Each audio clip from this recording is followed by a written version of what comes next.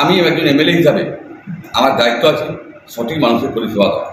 কারণ গরিব মানুষ বঞ্চিত হবে, বড়লোকরা বাড়ি পেয়ে যাবে, চাকরিজীবীরা বাড়ি পেয়ে যাবে, পঞ্চায়েতের লোক বাড়ি পেয়ে যাবে, পুরসভা, এটা কোনোদিন হতে পারে না। শাসক দলের বিরুদ্ধে বঙ্গ জুড়ে ভুরি ভুরি দুর্নীতির অভিযোগ। পাতের চাল থেকে মাথার ছাদ দুর্নীতি সর্বোচ্চ। এমনকি দুর্নীতিতে ঝাঁঝরা বঙ্গের শিক্ষা ব্যবস্থাও। দুর্নীতির অভিযোগে বারংবার সরব সাধারণ মানুষ থেকে শুরু করে বিরোধী শিবির। কিন্তু এবার সেই দুর্নীতির অভিযোগে সরব শাসক দলের খোদ বিধায়ক। জঙ্গিপুরের ঘটনায় শোরগোল রাজনৈতিক মহলে। আবাস থেকে পথ ও ড্রেনের কাজে একাধিক দুর্নীতি।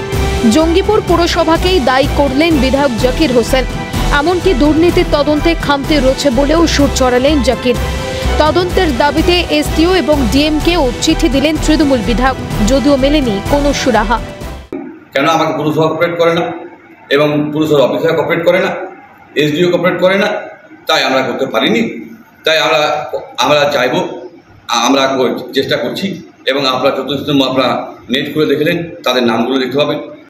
তবে শুধুই যে রাস্তার কাজে চুরি তা নয়, আবাসের তালিকাতে ধরা পড়েছে বিস্তর গোলমাল। অভিযোগ, বিধায়ককে এই ব্যাপারে অসহযোগিতা করেছেন এসডিও স্বয়ং।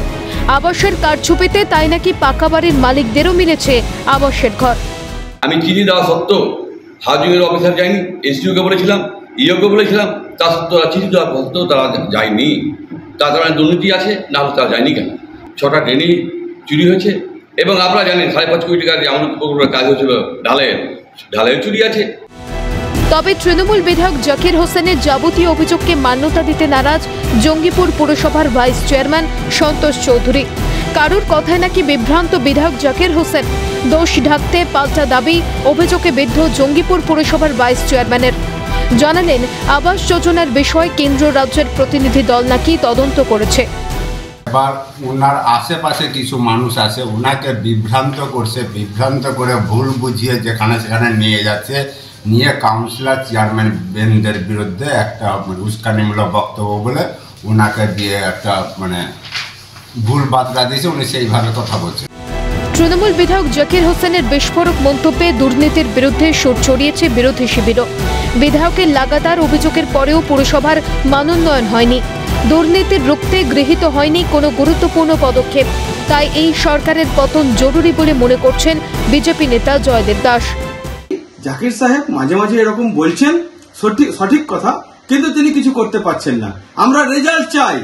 আমরা সাধারণ মানুষ হিসাবে, বিরোধী দল হিসাবে, সমগ্র এলাকাবাসীর মানুষের উন্নয়নের স্বার্থে আমরা রেজাল্ট চাই। এই জায়গায় দাঁড়িয়ে এরকম ধরনের স্টেটমেন্ট দিয়ে কোনো লাভ নেই। আমরা শুধু মনে করি এই সরকারের পতন ছাড়া এই ধরনের সিন্ডিকেট রাজ, এই ধরনের দুর্নীতিবাজ নেতাদের বিরুদ্ধে কোনো আন্দোলন করেও কিছু হবে না। দুর্নীতিগ্রস্ত বঙ্গে উলট পুরাণ। শাসক দলের বিরুদ্ধে সরব দলের বিধায়ক স্বয়ং। তবুও কি হুঁশ ফেরে না সরকারের, নাকি সব জেনেও মুখে কুলুপ?